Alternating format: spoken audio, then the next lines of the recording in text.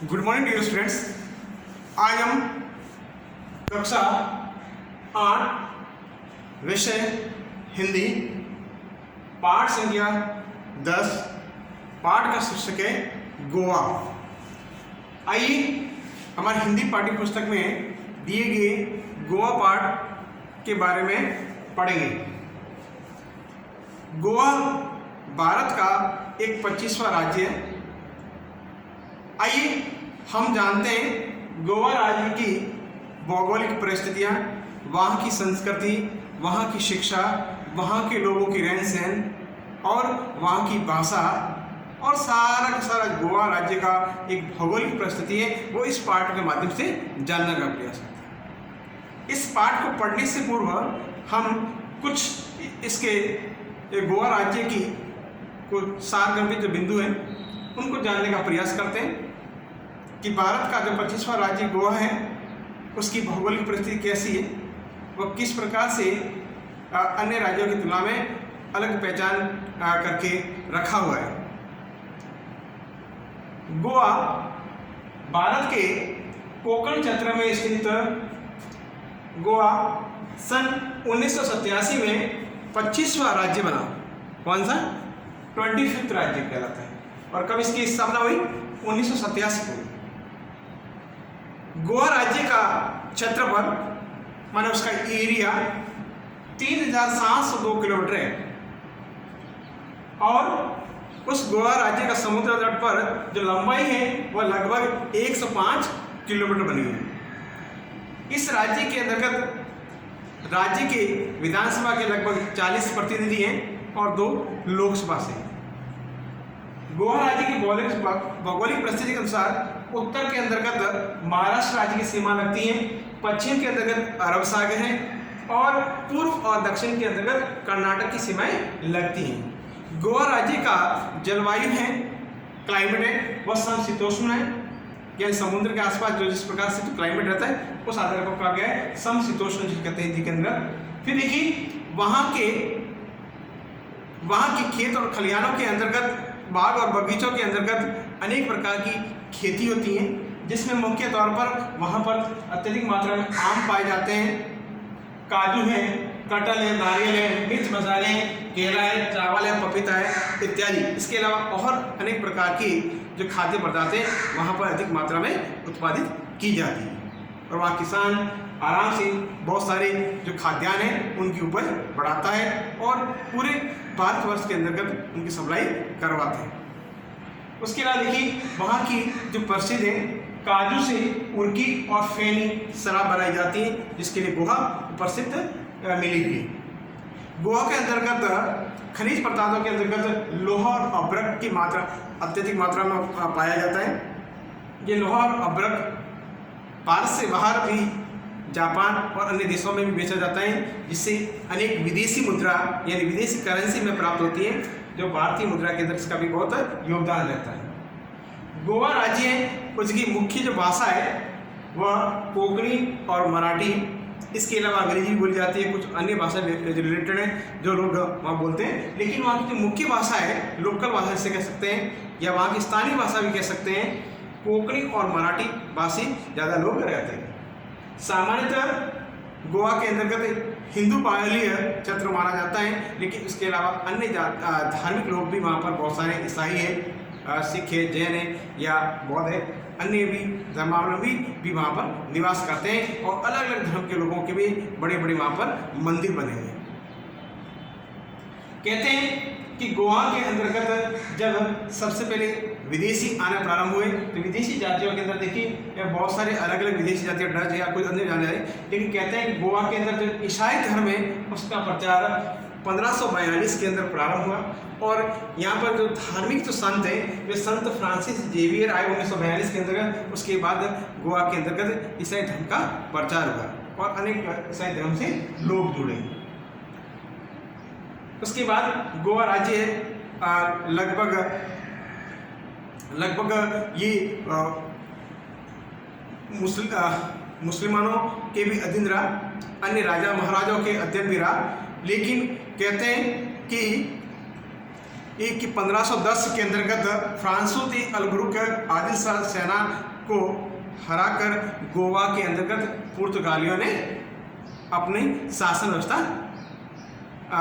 की बागडोर संभाल ली। यानी पुर्तगालियों ने जो हमारे जो शासक थे अबू कुर्क उसको हरा दिया और पूरी की पूरी शासन व्यवस्था अपने हाथ में ले ली। लेकिन उसके बाद जब पुर्तगाली 1961 तक वहाँ जमे रहे तो भारतीय सेना ने पुर्तगालियों पर आक्रमण बोला। इसी के लिए उन्होंने 19 दिसंबर 1961 को भारतीय सेनाओं ने पुर्तगालियों को पराजित कर वहाँ से विदेशी सत्ता से गोवा को पूरा मुक्त कर दिया। उसके बाद भारत के अधीन रहा, कई वर्षों तक भारत का एक केंद्र शासित प्रदेश रहा। उसके बाद 1987 के अंतर्गत 25वें राज्य के रूप में गोवा को स्थापित किया, जो वर्तमान में एक राज्य है। ये था इसका मुख्य सार। आइए अब इस पाठ को हम पुनः पढ़कर इसके अंतर्गत जो बहुत सारी जो बातें उनको जानने का प्रयास करते हैं कि गोवा राज्य की संपूर्ण जानकारी इस पाठ में दिए गए अंश के आधार पर जानने का प्रयास करते हैं। सबसे पहले पाठ का विषय गोवा दक्षिणी भारत का एक बहुत ही सुंदर राज्य है। प्रस्तुत पाठ के माध्यम से लेखक ने गोवा की भौगोलिक स्थिति, इसके प्राचीन इतिहास, लोक जीवन, कला और संस्कृति तथा वर्तमान रूप के बारे में बताने का प्रयास किया है। गोवा कोंकण क्षेत्र में स्थित गोवा सन 1987 में भारत का एक 25वां राज्य बना।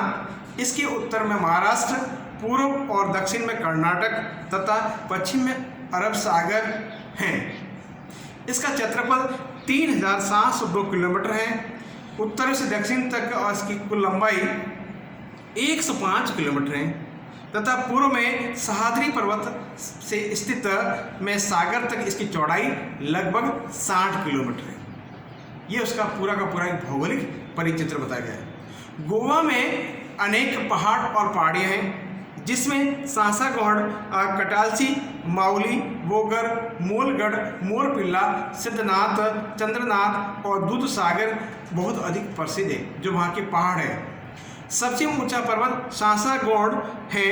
इन्हीं पर्वत में अनेक नदियों का उद्गम होता है या नदियाँ वहाँ से प्रारंभ होती हैं, जो पूर्व से पश्चिम की ओर जाकर अरब सागर में मिल जाती हैं। गोवा की नदियों में जुआरी और मांडवी हैं, जिन्हें प्राचीन समय में अग्नन नाशिनी और गोमती कहा जाता था और प्रमुख हैं वहाँ की नदियाँ। गोवा में दक्षिण पश्चिम मानसून से जून और सितंबर के मध्य प्रचुर मतलब बहुत अत्यधिक मात्रा में बरसात होती है। यहाँ की जलवायु समशीतोष्ण है और इसका तापमान लगभग 17 डिग्री सेंटीग्रेड और से ज़्यादा 35.6 डिग्री सेंटीग्रेड के बीच ही रहता है।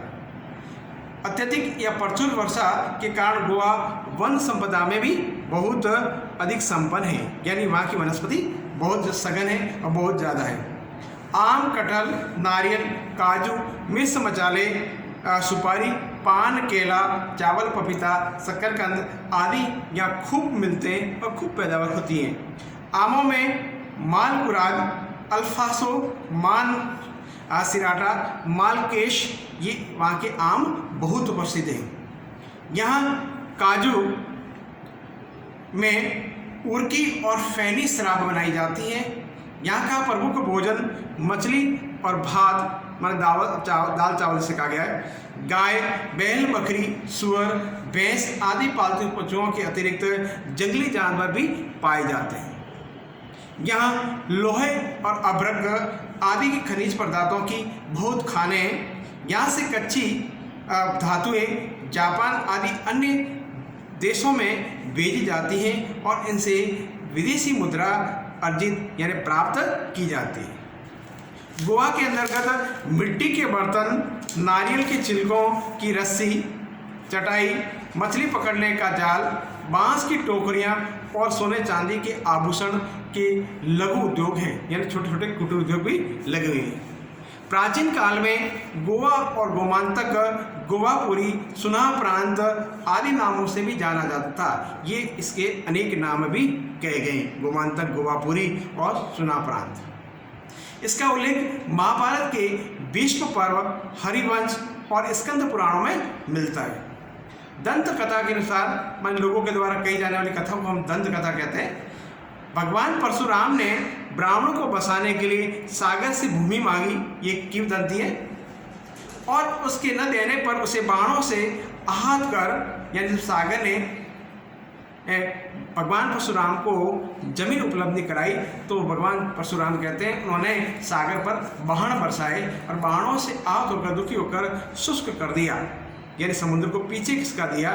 इससे जो जमीन मिली वही गोमांतक हुआ, और जहाँ बाणों की अविरली गिरी, यानी बाणों का जो बाणों को छोड़ने पर गिरा कह सकते हैं, या बाणों से जहाँ पर उसको छेदन किया गया, या वहाँ से जो जमीन को हटाया गया, यानी समुद्र को पीछे धकेला गया, उसे आज भी बाणावली या स्थानीय भाषा में बैनवली कहते हैं। गोवा में शैव मत, मान शिव के उपासक, और शाक्त मत प्रचलित थे जो आज भी हैं। 12वीं सदी में उडुपी केसरी मध्वाचार्य आए और उन्होंने द्वैत वेदांती वैष्णव मत का प्रचार किया। यहाँ शिव, विष्णु, लक्ष्मी के साथ ही स्थानीय देवताओं के भी अनेक मंदिर हैं। गोवा अनेक राजाओं के अधीन रहा। ईसा पूर्व 3री शताब्दी में यहाँ मौर्य साम्राज्य का प्रभाव था, जिससे बौद्ध धर्म का प्रचार हुआ। उसके बाद तदनुसार सातवाहन, चालुक्य, राष्ट्रकूट जो महाराष्ट्र के, सिजहार, कदम और यादवों ने भी यहाँ राज्य किया। फिर 14वीं शताब्दी में गोवा मुसलमानों के अधीन चला रहा। इससे विजयनगर के राजाओं ने गोवा को छीना। विजयनगर के राजाओं को हराकर बीजापुर की आदिल शाह ने गोवा पर राज्य किया। सन 1510 में अल्फांसो दी अबुकुर्क ने आदिल शाही सेना को पराजित कर गोवा में पुर्तगाली शासन की नींव डाली और उसका शासन 450 वर्ष तक चला।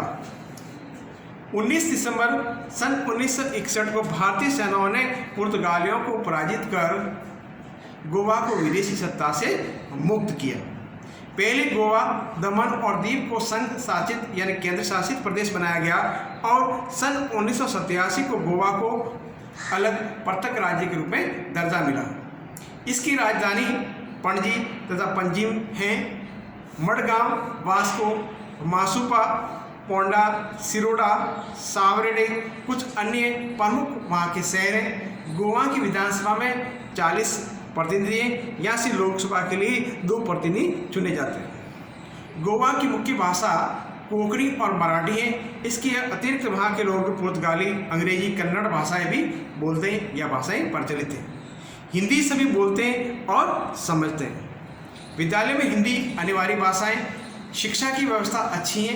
एक विश्वविद्यालय, मेडिकल कॉलेज और अस्पताल, इंजीनियरिंग कॉलेज और अनेक पॉलिटेक्निक, आयुर्वेदिक और होम्योपैथिक के कॉलेज हैं। अनेक सरकारी और गैर सरकारी महाविद्यालय और विद्यालय हैं। उच्च शिक्षा का माध्यम वहाँ पर अंग्रेजी है। लगभग वहाँ की जनसंख्या 12 लाख की आबादी 2011 के अनुसार और 80% वहाँ के लोग शिक्षित हैं। गोवा की बहुसंख्यक आबादी हिंदुओं की है। इसके अतिरिक्त ईसाई और मुस्लिम तथा कुछ बौद्ध एवं जैन धर्मावलंबी भी लोग हैं। इन सबके पूर्वज किसी समय हिंदू ही थे। गोवा के लोग नृत्य कला, चित्रकला और संगीत प्राप्त कर चुके हैं। यहाँ के प्रसिद्ध लोकगीत मांडो, धूलपंद, डाकणी, ओबिथालो और ठुमड़ी हैं, जिनमें ग्रामीण अंचल का झलक मिलती है एवं विभिन्न अवसरों पर गाए जाते हैं। यानी वहाँ पर जैसे कोई प्रोग्राम हो, शादी ब्याह हो, तो उसमें विभिन्न प्रकार के लोक गीत गाए जाते हैं। ओबिथालो वहाँ का विवाह का गीत है। डाकणी नाट्य गीत है और मांडो एक प्रेम गीत है। कुनबी गीत तबला, ढोलक, सिंबल के साथ गाया जाने वाला एक युगल माने सामूहिक गीत है। महाराष्ट्र का एक लावणी लोकगीत भी यहाँ प्रचलित है। हिंदुओं का जागोर, जिसमें संगीत और नाटक का मिश्रण और मिक्स होता है। ईसाइयों में त्यहम कहा जाता है। गोवा में ईसाई धर्म का प्रचार सन 1542 में संत फ्रांसिस जेवियर ने प्रारंभ किया। संत जेवियर का शव आज भी प्राचीन गोवा के प्राचीन गिरजाघर में दर्शनार्थ शीशे में रखा हुआ है। यहाँ के ईसाई रोमन कैथोलिक हैं और इन सभी के हिंदू पूर्वजों का किसी न किसी समय धर्मांतरण हुआ था। गोवा के निवासी सुशिक्षित, सभ्य और शांतिप्रिय हैं। यहाँ के हिंदू, ईसाई और मुसलमान सभी में बिल्कुल सौहार्द है, यानी आपसी मिलजुल से रहते हैं। कभी सांप्रदायिक जाति दंगे यहाँ नहीं हुए। हिंदुओं की अधिकता के कारण गोवा की संस्कृति पर उनकी छाप है। ईसाई पर पाश्चात्य संस्कृति का प्रभाव है। पुर्तगाल के अनुकरण पर संस्कृति का प्रभाव है। पुर्तगाल के अनुकरण पर मनोहारी नृत्य एवं लोकगीतों से गुंजित तथा रंग बिरंगी झांकियों से सुसज्जित कार्निवाल का मौसम या प्रतिवर्ष आज भी धूमधाम से मनाया जाता है। यहाँ सभी धर्मानुयायियों के लिए समान आचार संहिता और कानून हैं, किंतु इनकी जीवन पद्धतियाँ और इनके जीवन दर्शन अलग है। तो इस प्रकार गोवा की अनेकता में एकता और सौहार्द एवं श्रेष्ठता का जीता जागता उदाहरण है। गोवा में मुक्ति के बाद प्रचुर औद्योगिक विकास भी हुआ। अनेक दर्शनीय मंदिरों, गिरजाघरों और रमणीय सागर तटों के गोवा देशी और विदेशी पर्यटकों के लिए बिल्कुल आकर्षण का केंद्र है। यहाँ के रमणीक समुद्र तटों पर दिन भर मेले जैसी चहल पहल रहती हैं। पर्यटक यहाँ की प्राकृतिक सुषमा को देखकर बड़े मुग्ध या मोहित हुए बिना नहीं रह सकते। मुंबई, पुणे, दिल्ली, हुबली, बेलगाम, गांधीनगर, राजकोट के सीधे रेल सेवा गोवा से जुड़ी हुई है। मुंबई और पुणे आदि शहरों से यहाँ पहुँचने के लिए अनेक बसें भी हैं। बसों और कोंकण रेलवे से यहाँ की यात्रा अविस्मरणीय होती हैं। यहाँ के मनोरम समुद्र तट, पश्चिम घाट की हरियाली, बादलों की लुकाछुपी, समशीतोष्ण जलवायु और फिर यहाँ की तहजीब एवं संस्कृति का शांत वातावरण प्रत्येक पर्यटक के लिए यादगार बनकर रह जाते हैं। तो देखिए, ये गोवा का पूरा भौगोलिक और सांस्कृतिक प्रकृति को यहाँ लेखक ने इस पाठ के माध्यम से हमें बताने का प्रयास किया है। लेखक ने इस पाठ के माध्यम से गोवा राज्य का पूरा इतिहास भी बताने का प्रयास किया है कि गोवा राज्य किस प्रकार से अलग पहचान के लिए बनाए हुए हैं। तो देखिए, ये सारा का सारा गोवा की भौगोलिक, सांस्कृतिक और ऐतिहासिक बातों के साथ इसका विवरण इस पाठ के माध्यम से मैं बताने का प्रयास किया है। इसके अलावा भी इस पाठ से रिलेटेड कोई भी आपको प्रश्न समझ में नहीं आया तो आप हमें पूछ सकते हैं मैसेज के माध्यम से, जिसका उत्तर आपको वापस टेक्स्ट मैसेज के माध्यम से भेजने का प्रयास करेंगे। धन्यवाद।